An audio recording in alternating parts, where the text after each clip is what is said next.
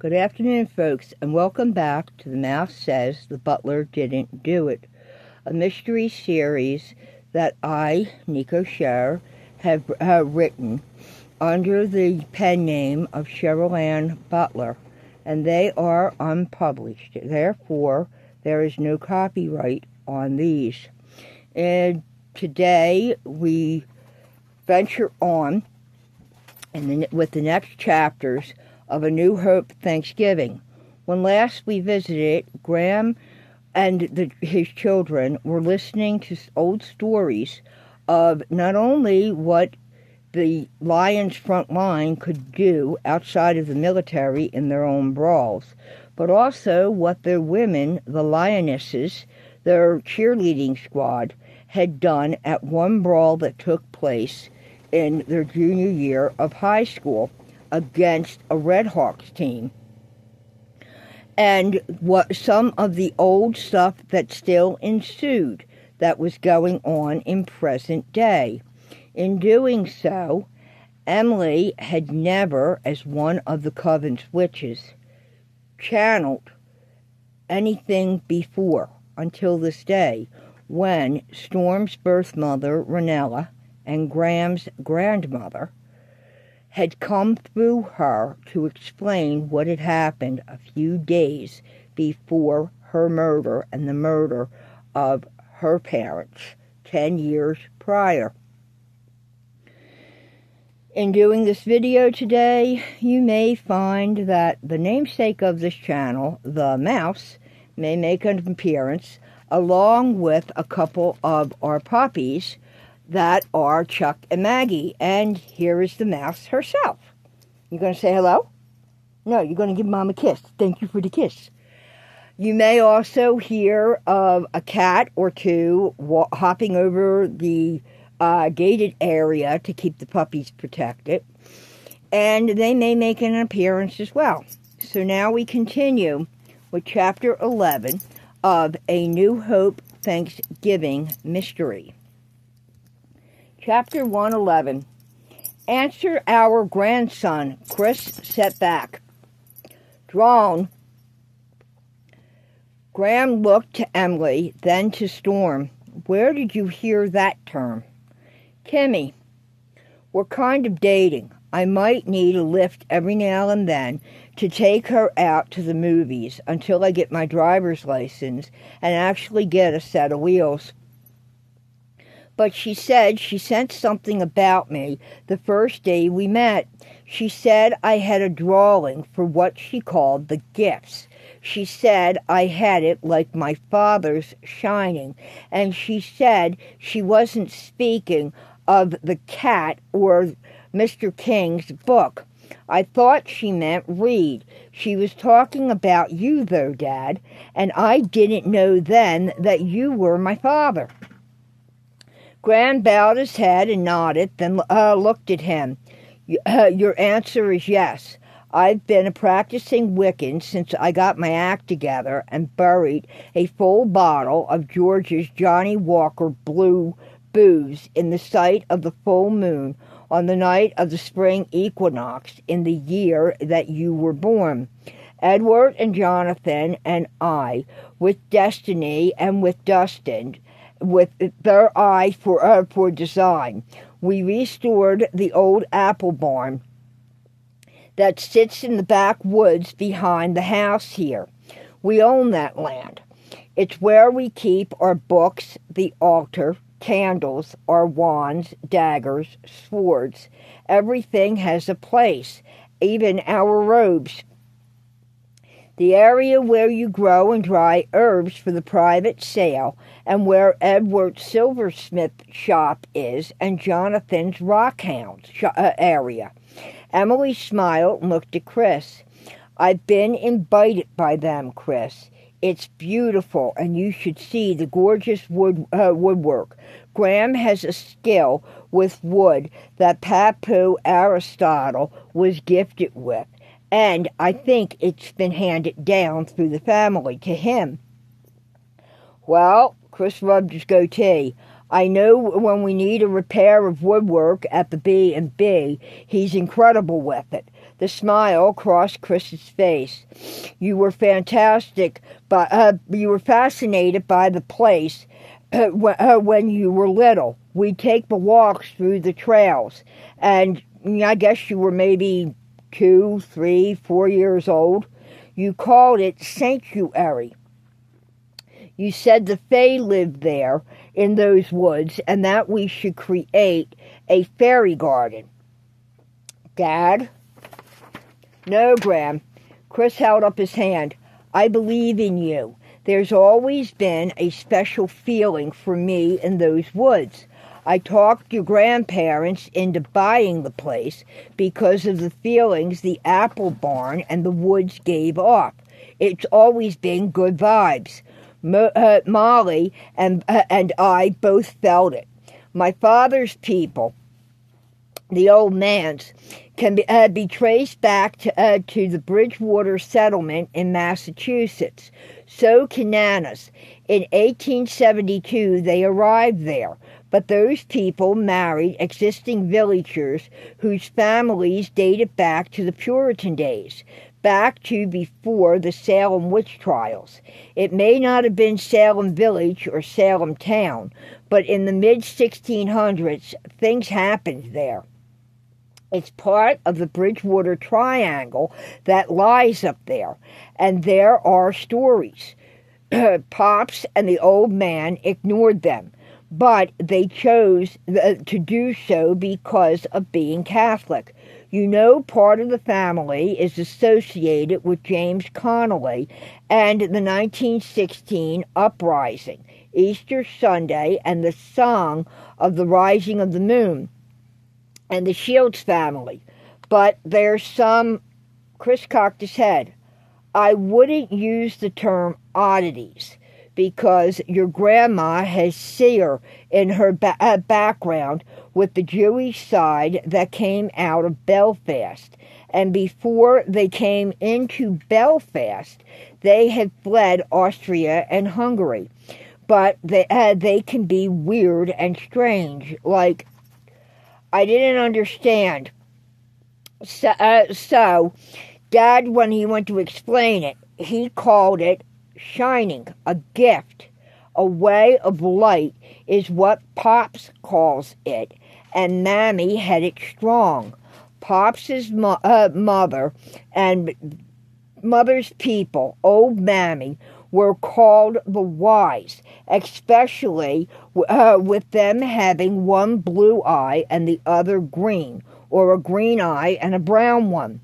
Something I don't think I inherited, because if I was blessed with it, you would never have been nowhere near either George or Reed. Ghram smiled. Dad, with the way of light, you can't see for those that are close to you, but you have a touch. There's things you do that nobody can explain, like in El Salvador. You shoved Uncle Silver out of that transport with iceberg a second or two before all hell broke loose. Yes, he was wounded, but 2 seconds later, instead of getting hit in the rump and the back of the leg as you shoved him with 2 bullets in them and 1 in Iceberg's shoulder and 1 in your side, the 3 of you would have been cut in 2 by a dozen rounds because their backs were to the attack, as was your own. And you launched out of nowhere to nail the nest. You yourself have said you don't know how you got from the 4 foot away to lay your hands on the grenade launcher. You were suddenly there with no explanation. He fucking bloated is what he did. But will he listen to the one that's the shaman and what I saw? No. I got no explanation for it. Iceberg said when we got him to the hospital that even in South Africa, the voodoo men and their priest can't do that kind of shit. The shit he saw Chris do that day. Scared him almost white is what it did. But but he got me moving, and we got back to Dad and got him to the medical after he saved our asses, and we almost lost him. Silver pushed his cup forward. Tummy bird. Babe, I need milk. Emily opened the fridge to grab a quart and pour it into an empty glass. Silver downed it. You okay, brother? Chris looked at him. Damn peptic ulcer. Silver rubbed his tummy. It took a hit last night with that fucking fire. I'll be okay. Chris watched him. I'll be fine, dude. Go on. He held out the glass for Emily to pour her more milk. Chris slowly turned back to the conversation. Ghram looked from his father to his uncle and back. And again, the day you walked into the kitchen and took on George. You said 1 minute you and Storm were in the Mustang at the circle. The next, you were handing him off to me and in the middle of the brawl. You don't know how you sensed you needed to be in the kitchen right then and there. Normally, Dad, you come through the front door from the circle. After you said, Storm looked at you and you bolted for the kitchen's door through the porchway area when he just started to freak, like he told you through his thoughts that Ranella and I were in trouble and needed you. Like he communicated through telepathy. Mind to mind, he never spoke a word, he just freaked out and stared you in the eyes. But you heard him tell you in your head. Not even you can explain it. So I may have gotten it from both sides. But Mom is the one who purchased my first witchcraft book by Laurie Cabot for my 17th birthday. It's my prized possession because she ordered it from the lady herself, and it's signed to me. Ethel wrinkled her nose. We all dabble with just a touch. Ghram looked from one to another of his children. If you four wish to learn, Edward, Jonathan, Dusty, Destiny, and I will be honored to teach you as long as you follow 2 rules. Bring harm to no one or no thing, and whatever you put out there had better be a blessing, because it will come back 3 times fold on the one who puts it out there. Thank you, Dad. I would like to learn the heritage and history of our families and the Wicca and witchcraft, but can I still attend the worship center at the end? Uncle John is cool. Of course. You know John works with all religions, Chris confirmed as he leaned forward. Cool. Daddy, you know my answer to that question. I'd be honored to learn from all of you, Tootie said. RCC sat there and nodded.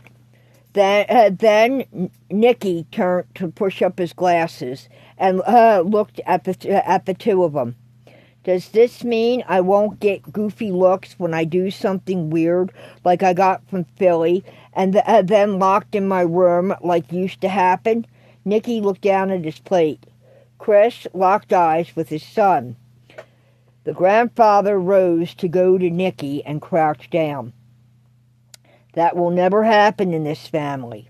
And right now I'm thinking of letting go of the choke chain on Grandma Redsy there and let her and your Aunt Smeagol go to town on Buffy and Philly. You need to hold on to my leash, son, if you will. And we'll get you with Nicky. She's your age and is really neat and is the littlest witch in the coven. She's got not quite 3 feet tall and is a dwarf, but she can teach you. Nicky put his arms around Krista's neck. Thank you, Grandpa. You got it. All right, gentlemen. Ghram needs to get our grandson to Dr. Moon's office to be fitted for that back brace. Chris, you and I have grocery shopping to do to restock our son's pantry and kitchen cabinets. He also needs toiletries. We'll be taking the girls for Silver and Emily, as I found their stash of clothes for sleepovers when you guys do them with Jess, so Gracie, River, and Delta and Mickey don't have to drag a bunch of clothes with them, and the extra coats Uncle Ghram keeps here for them. Good thinking, Unky. You saved the day today. Welcome, Mom. I forgot about the dang things with all the confusion last night. Ghram chuckled. Thank you, my sister. I need to take my warrior to see about a new set of glasses. Last night, I hear this thump and a few choice Arapaho curses. He missed the bathroom entrance and walked into the hall's linen closet door, pulled it open, and found himself feeling around for a toilet. Hey! I felt the sheets and blankets and knew I screwed up. At least I didn't take a leak on them. No, sweetheart, you didn't. But you did wake the grandgirls by yelling, Emily, get me the hell out of here. Chris shook his head. All the years you've been coming to this house, since before you turned 13 and you couldn't find a John on the first floor? I told you I can't see for shit without the trifocals. I'm practically blind as a fucking bat. Chris just shook his head. Nicky, are you sure you and your siblings want to be part of this whacked-out crew? We sure do, Grandpa. The child smiled and pushed up his glasses. Oh, yeah, RCC agreed.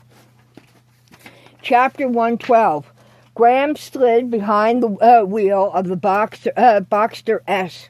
Storm was already seated in the passenger seat as his father placed the walker in the front trunk. You okay, Storm? He asked. Ghram placed his cell phone in the compartment next to the 6-speed stick shift. This is weird, Dad. He flexed his right arm. Talk to me. He closed the door and started the car. What's weird? They put on their seatbelts. Are you in any pain? They worked on your back for manipulations and straightened it to fit that Boston-style brace. Dad, I'm fine. What's weird is that I don't have any pain. For the first time in my arm, with the cast gone, there's no pain. It's been a long time. He laid his head back and let out a breath to close his eyes. Oh, God, this feels good. My back's not bothering me for once. Ghram smiled. He put the Porsche in reverse and backed out of the parking space. Ghram turned towards the exit.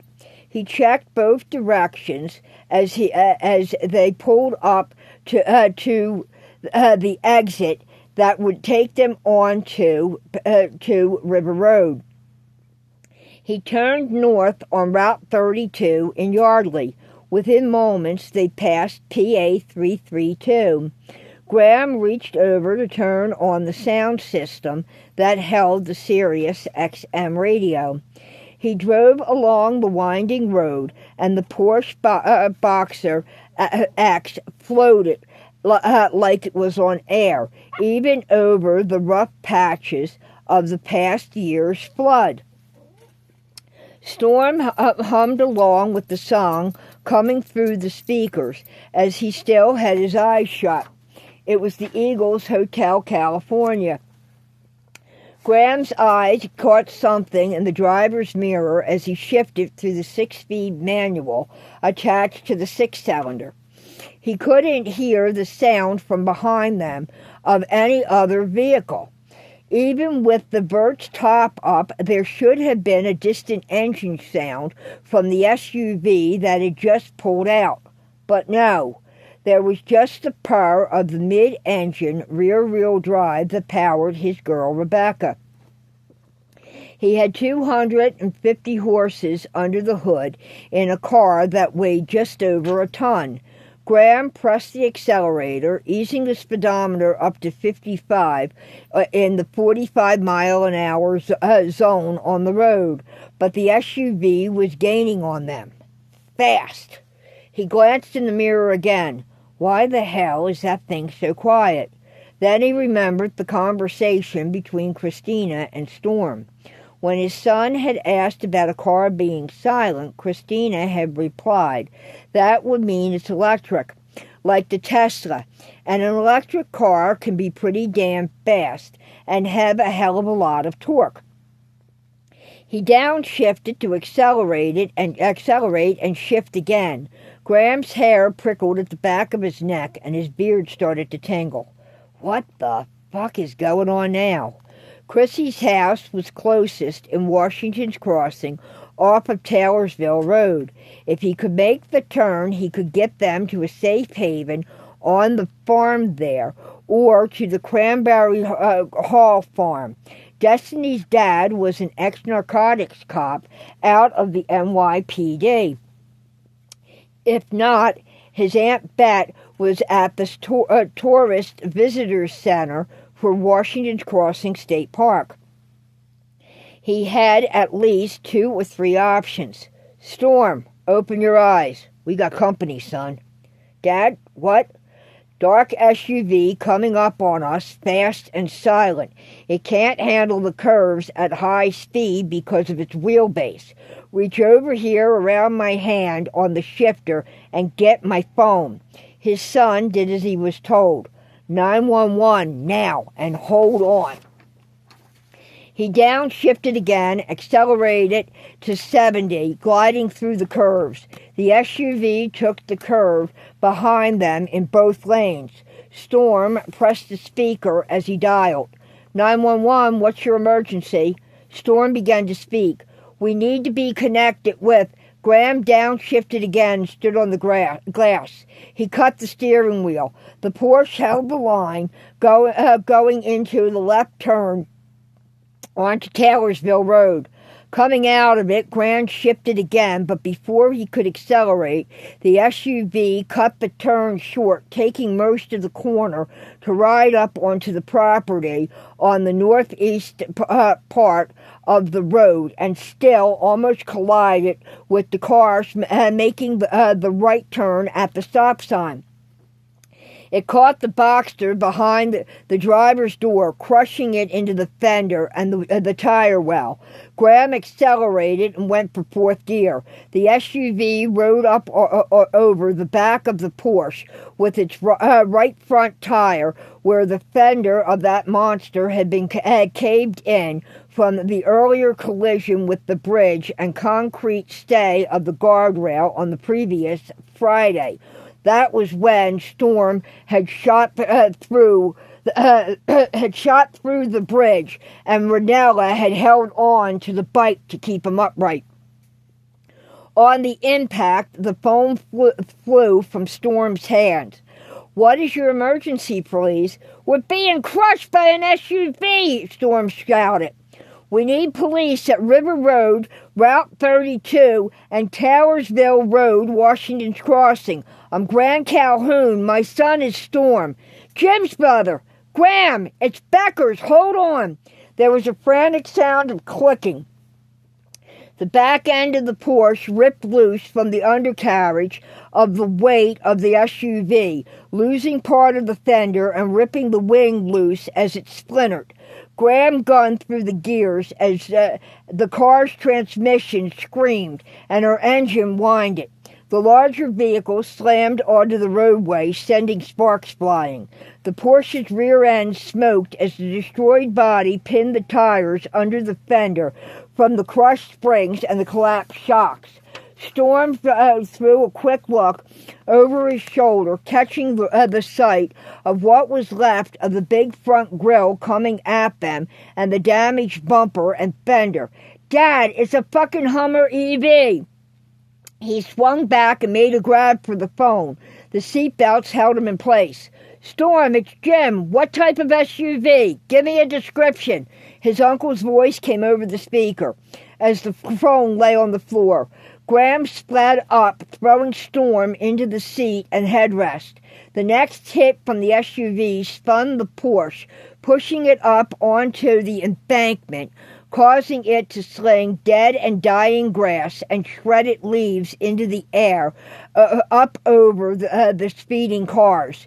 Ghram cut the wheel steering into the skid.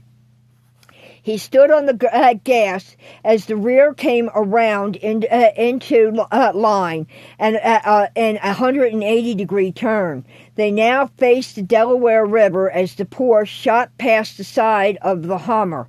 The mirror of the Hummer caught the upper frame of the Vert's windshield for the impact to spiderweb the glass and tear a piece of the roof's material, shredding it directly down the center just above their heads, causing both Ghram and Storm to duck, but not before the sports car's own mirror disintegrated with the collision of the armored steel body of that huge monster.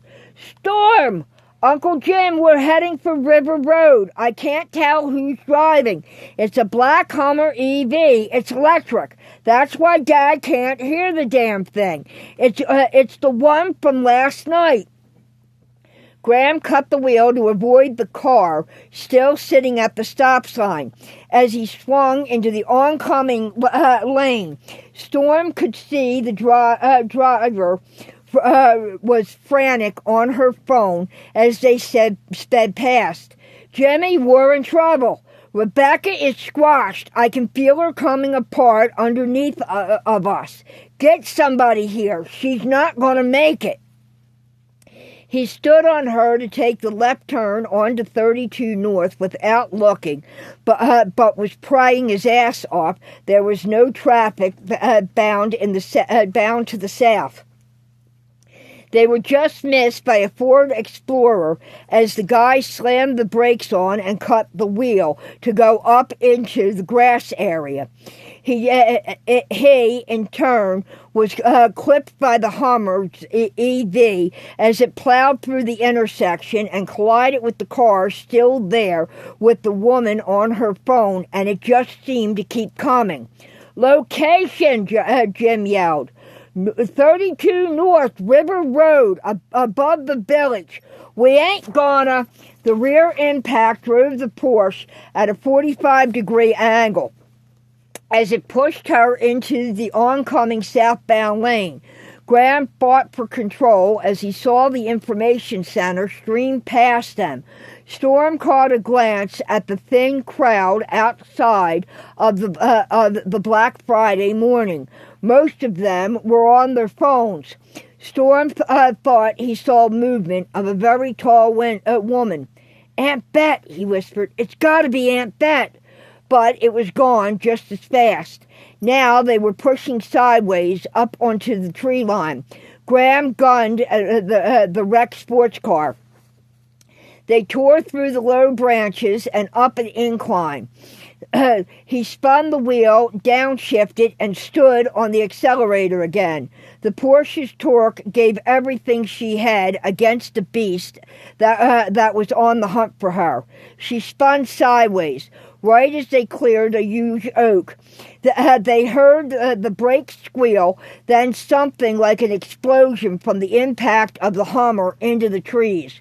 The sports car shot out of the wooded grove to jump the angled ditch and flew 4 feet into the air to bounce and land on the asphalt road. The grind and screech with the crush was sickening as sparks flew everywhere from her undercarriage. They felt the car's frame buckle in the landing. Storm chanced to look back in time to see the Hummer's damaged bumper and destroyed grille break cover as he could plainly see Reed behind the wheel through the busted-out windshield, while Reggie rode shotgun as he hung on for dear life and was screaming at Reed, and there was movement in the back seat. "Uncle Jim, there's 4 people. Reed's behind the wheel. Reggie and..." "Storm, no good. Look at the phone," Ghram told him. He swung his head back to look at the phone as it laid on the floor. It was blank. The screen had shattered from the rough ride it had taken, being banged and slammed around the driver's compartment of the Porsche. He pulled his own phone from his pocket to flip it open and hit 911. "They're coming for us, Dad. Damn it, he's coming for us." 911, what? "I'm Storm Calhoun. I need my Uncle Jim." "Fuck, I'm here. Dakota's coming.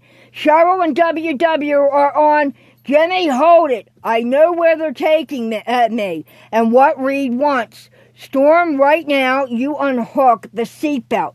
We got one shot at this. Jimmy, this old girl is giving all she's got. She's popping. Her engine's going on me, and she can't take this type of run. And damn it, they'll catch us in a mile or so.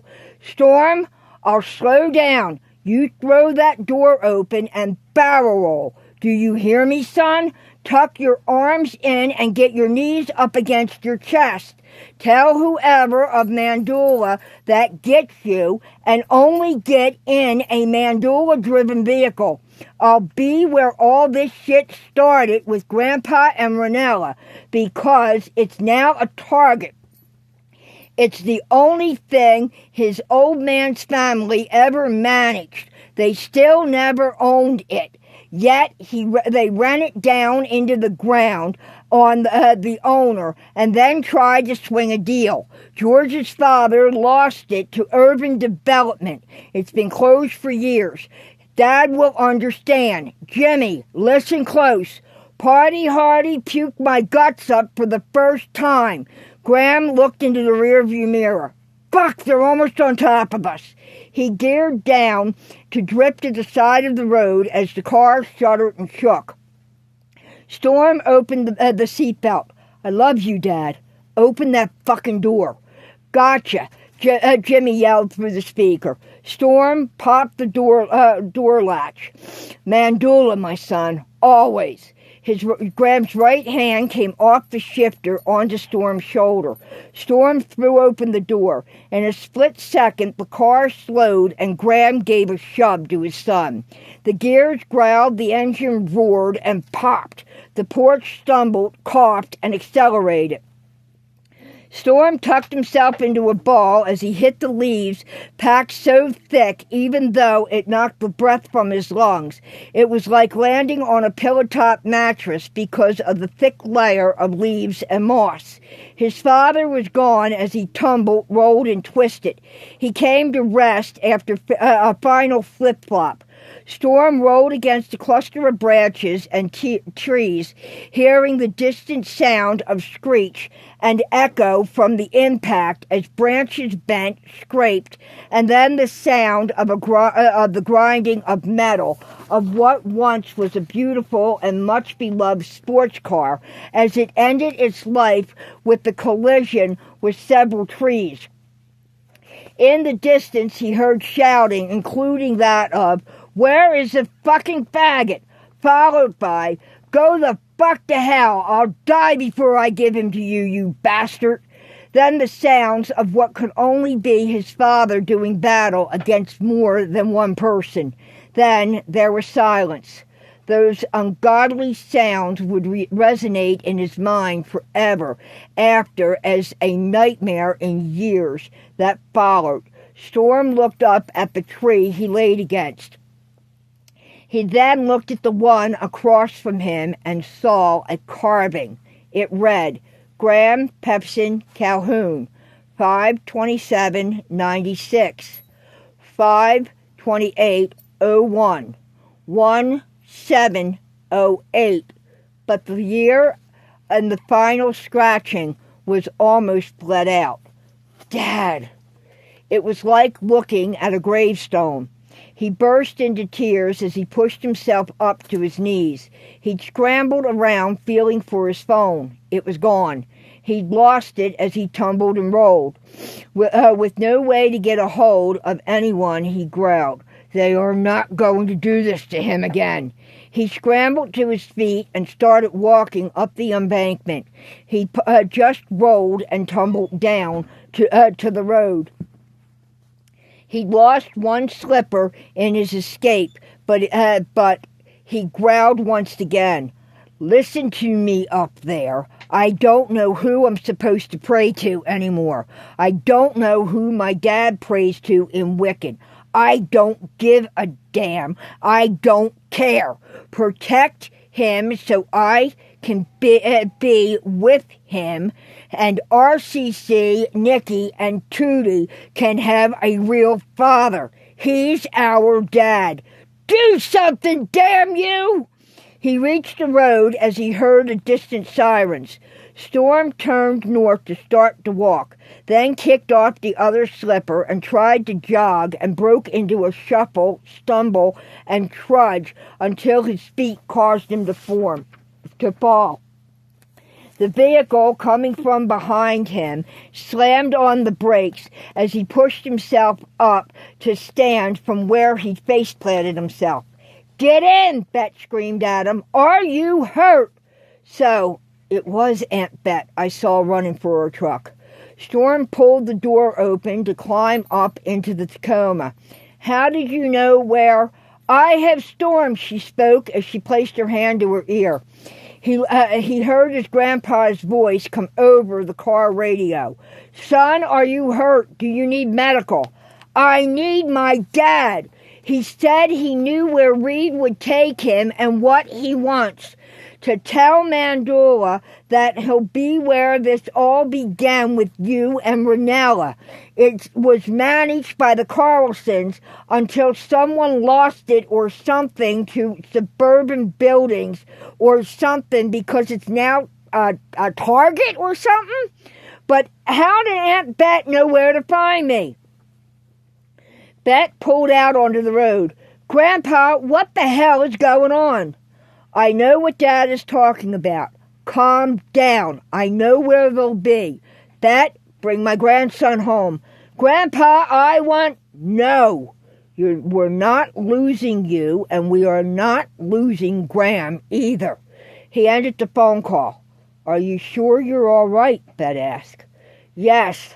I did what Dad told me. I tucked and rolled. He shoved me down he slowed down to about 10 miles an hour and shoved me out, then took off to lead them away from me.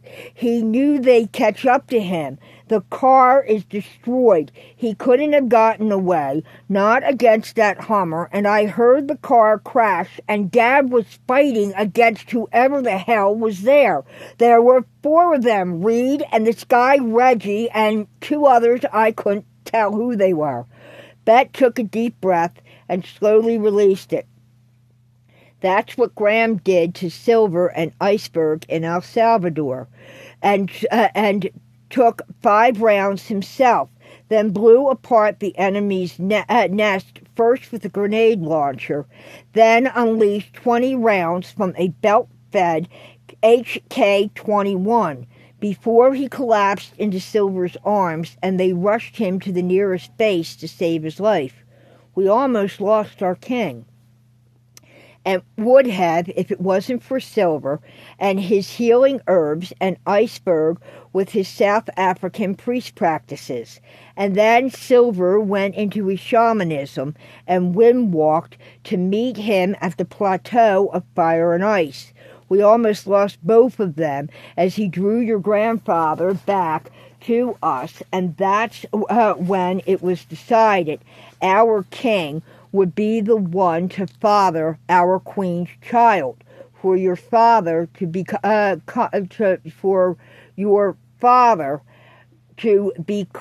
the hub. Your father came from that. She slowed as she saw the police cars and the wrecked Porsche sitting at an angle pushed into several trees and up on its side with 2 officers securing the scene north of the state park. She slowly crossed the line to give them room. Storm reached for the door handle.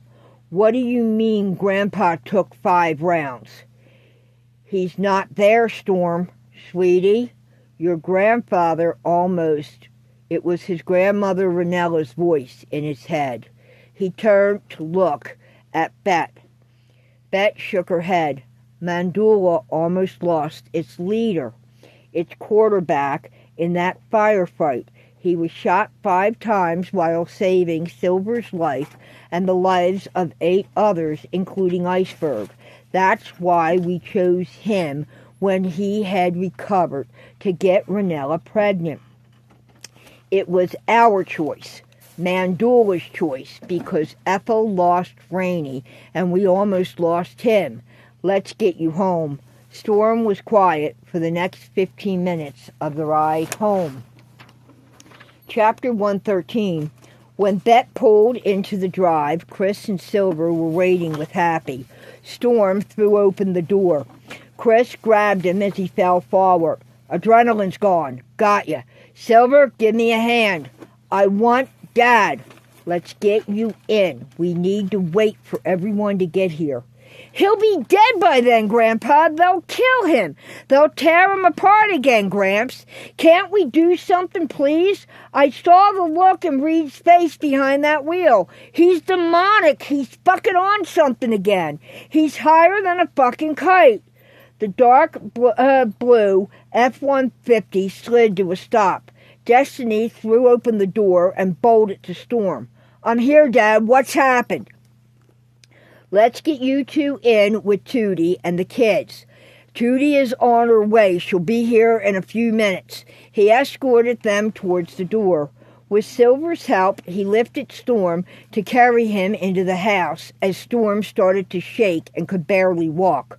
Reed wants what my grandmother found in the chest she had, what your grandmother found in the chest she had buried in that land that map is to, and you had the key to it. Czar and Rasp are on it. They're the ones she picked to fucking bury that thing for her. I know why she didn't turn it over to Franks at the time. Reed won't risk losing his bargaining chip in your father.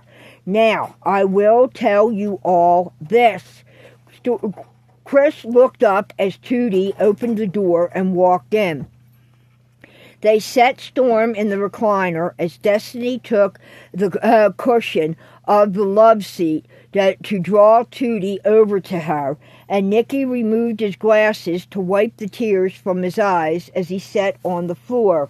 RCC sat crushing her barely to her chest and softly crying as the 3 dogs of Storms gathered around her to snuggle in to give her comfort. Becca and Hajna sat like she was their book, and they were her bookends. I'll be perfectly honest. Chris looked around at the children. That bastard is not going to make this easy on Gram. He's jealous. He wants revenge, not only on Dad, but also on all of us, including Ranella and your great-grandparents, but also on all of us because his father wanted it.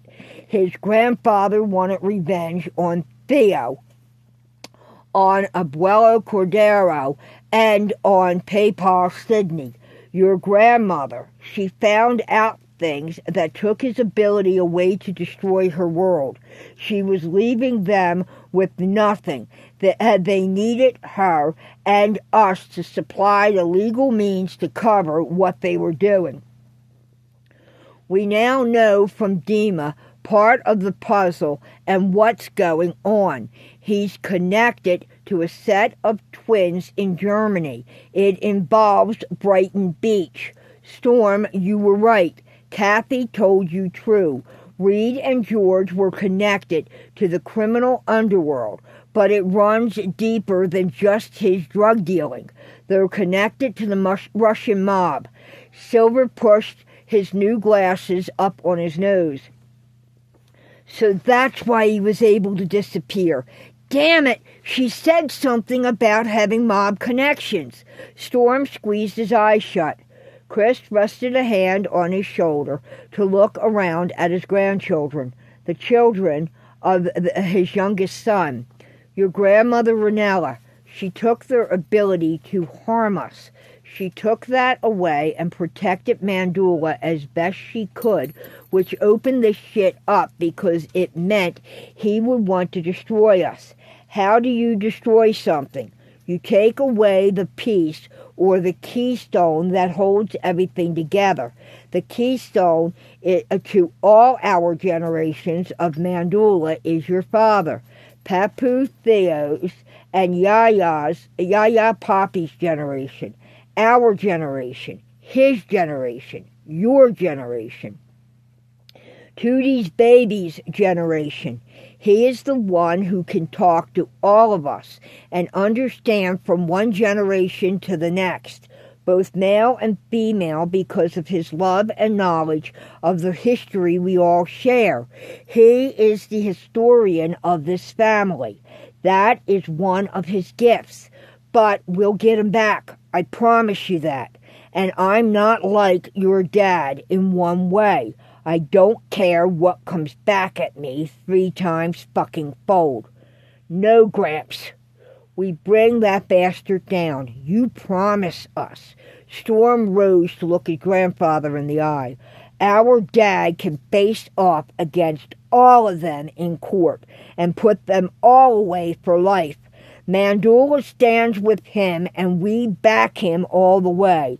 We don't want to lose our grandpa to murder charges because I know damn right well that's what you were thinking. Storm glared into Chris's eyes. Chris crossed his arms to look at his future daughter-in-law, who nodded, and his grandchildren. How can I say no to my youngest child's children? I can't. Not with this. Mandula, I promise. Thank you. Storm said. Thanks, Grandpa. Tootie wiped her tears and rested her hand on her belly. Then she stood to run to the bathroom. Nicky could only nod. RCC looked at him with tear-filled doe eyes that looked as large as an owl's behind her thick glasses. We'll get him back, Dad. Destiny blew out a breath to stand and ran for the bathroom herself. Happy walked in, leading his wife by the hand to take Bet in his arms. Our oldest son's Special Forces skills are being called on for this. So mote it be, Bet responded. Within moments, people started to arrive.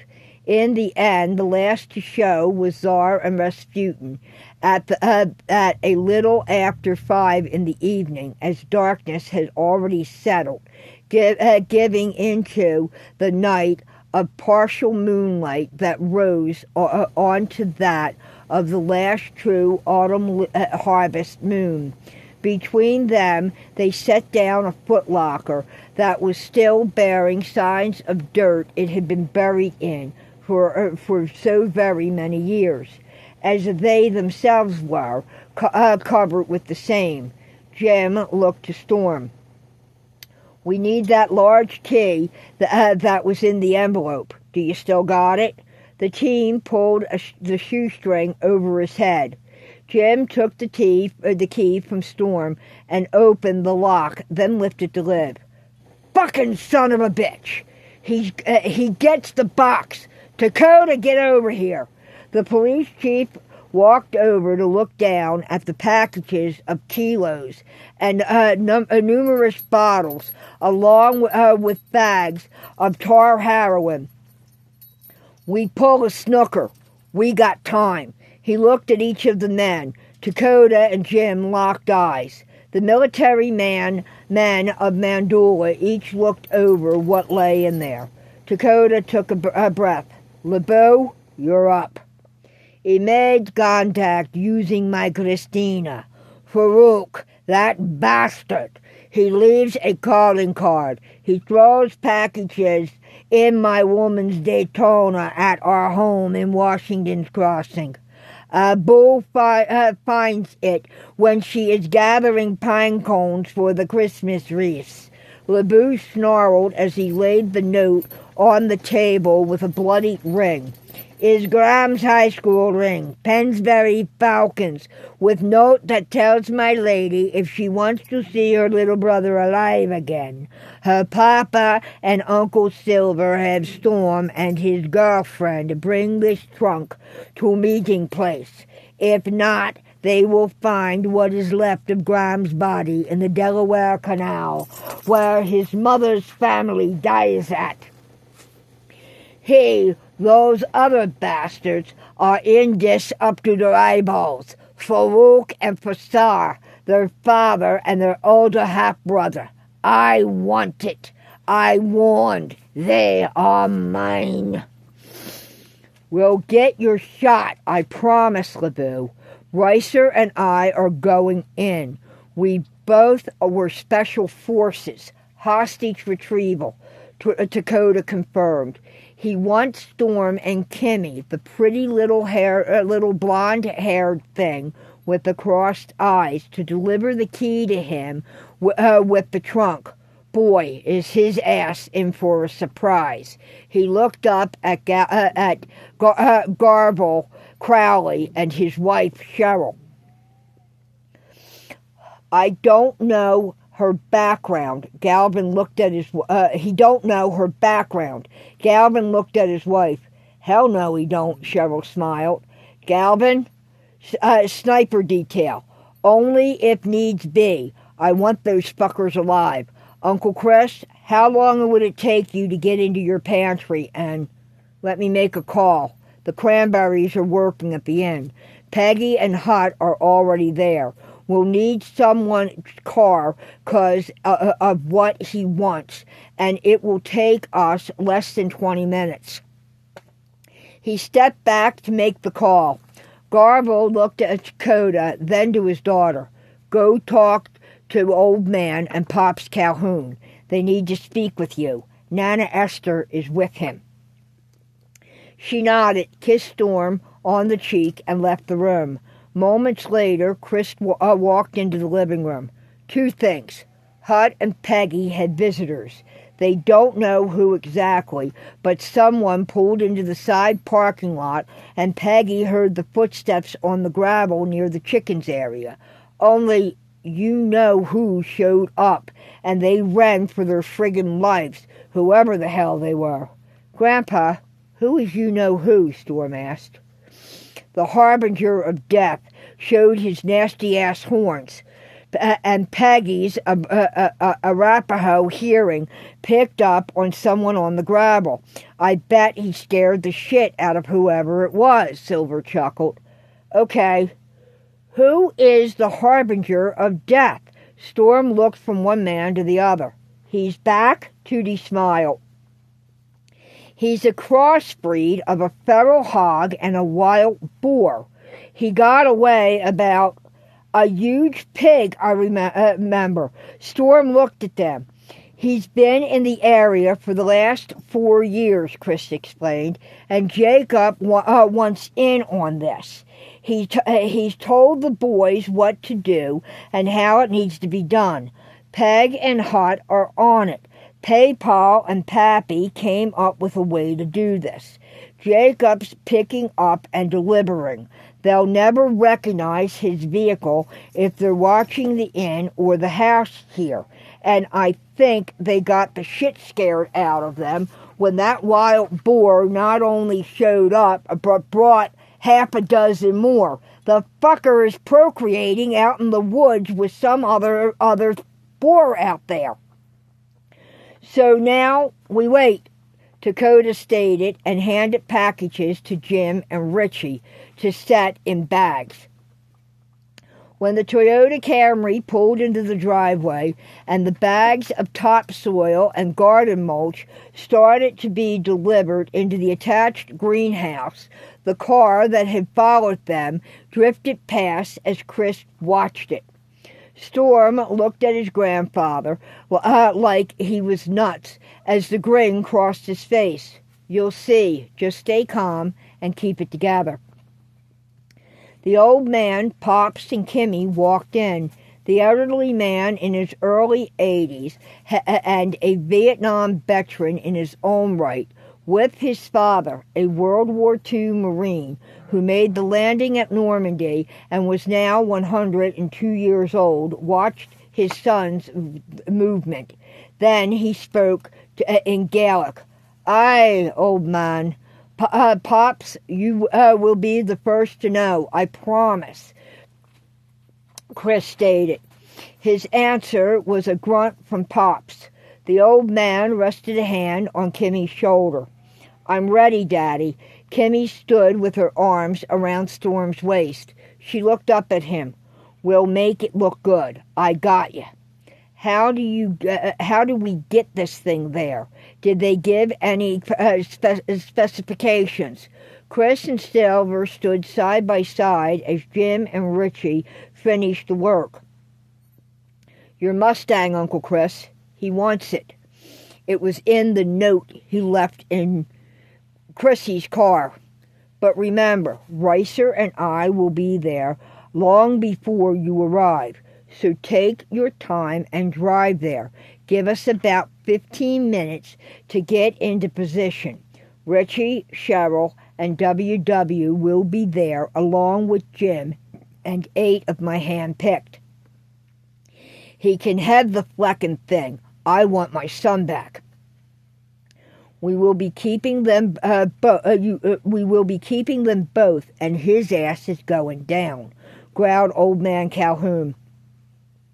Another grunt followed. Then, "I get my hands on that bastard. I wish he were never born. That laddie's too special to me. He be named for me baron of a brother we lost as a young lad in the protection of our lass. I want him back safe and sound. Then I be making a call to the old country." Chris looked at his son, named for James Connolly. They both looked at Storm. "Shit, he's going to contact the IRA. We're all in for shit if he does that. Please, Grandpa, hold this man at bay. I want to get to know him. He is so damn cool." Storm looked down at Kimmy. "I'm sorry. He saw us become friends the first day I was at school. He was watching me and knew my every damn move. Can you forgive me?" I'm not sorry at all," she smiled. "You and your dad are sweethearts. So are your sisters and little brother. I'd do anything for yous. Reed is a no-good son of a bitch and bastard. We'll get Graham home, and don't apologize for something that isn't your fault. If Daddy did that with his background..." Galver shook his head and smiled. "Shit, kid, I'd be apologizing for eternity. My grandfather was a fuck-up, wannabe satanic cultist, and a sexual fiend. I'm glad my mother got me out of that shit, so what happens? I'm a freaking witch, married to a Lakota Sioux medicine woman who's a cop, and our poor kid just happens to not only work for a witch, but is part of a coven at age 15 and is a damn good practicing Wicca white witch who understands her mother's and all of her aunt's Native American ways. And damn it, she can handle a bow on top of it." "Garble, sweetheart, shut up and get your rifle and scope ready." Cheryl shook her head. "He's got to brag about us, doesn't he, sweetie?" "Yes, Mom, he does," Kimmy smiled. "You two." Garble started for the door. "Let's get you into the Mustang so we can load that footlocker. It will take a few minutes, so that gives me the time to go over what you two need to do." They followed him out the door with the old man and Pops Calhoun behind them. When they were settled in the back seat, before he began, the old man checked a folded paper. He passed it to Kimmy. She checked it herself. She gave a nod and squeezed the older man's hand, then tucked it into her long skirt pocket. It's a bit more than a shining. Mida, he had a hand in this one. Be aware. You don't be breathing it in. 'Tis ground Irish moss and dried ground peppers, with a specialty twist of his.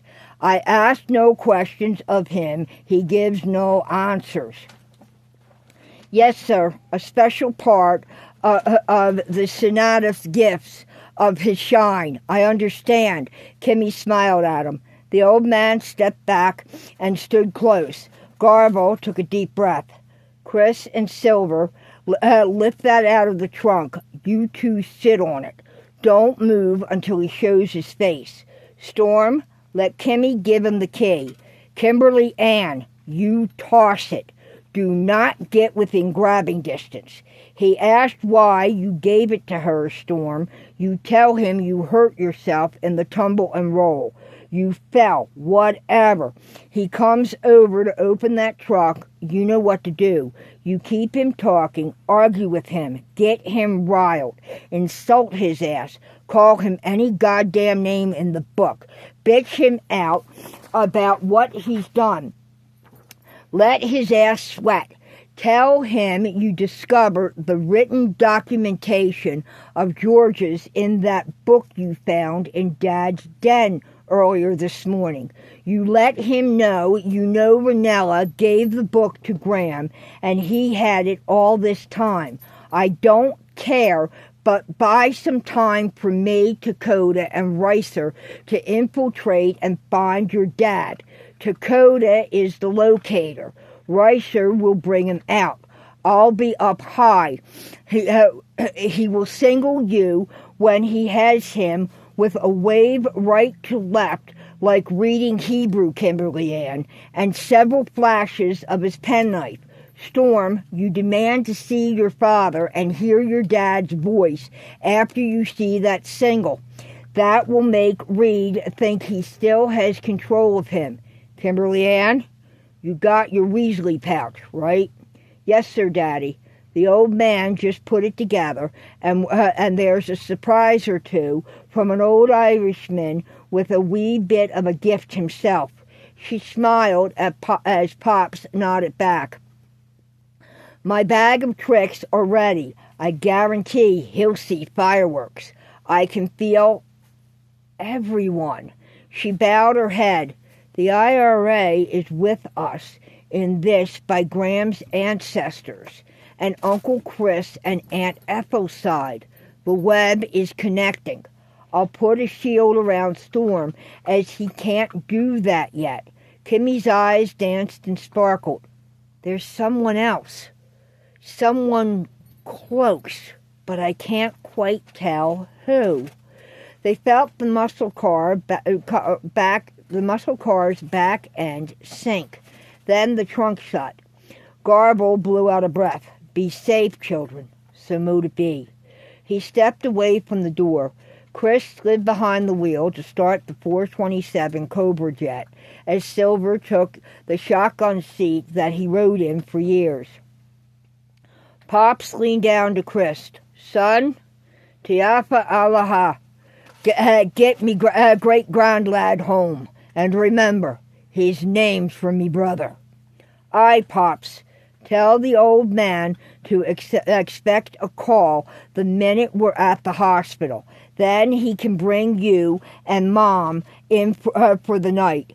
An hour later, they were in complete darkness in the parking lot area behind the south end of the Target shopping center, where the woods still stood close together and intact, where the defunct, demolished Roosevelt Drive-In used to be on U.S. Route 1 in Langhorne.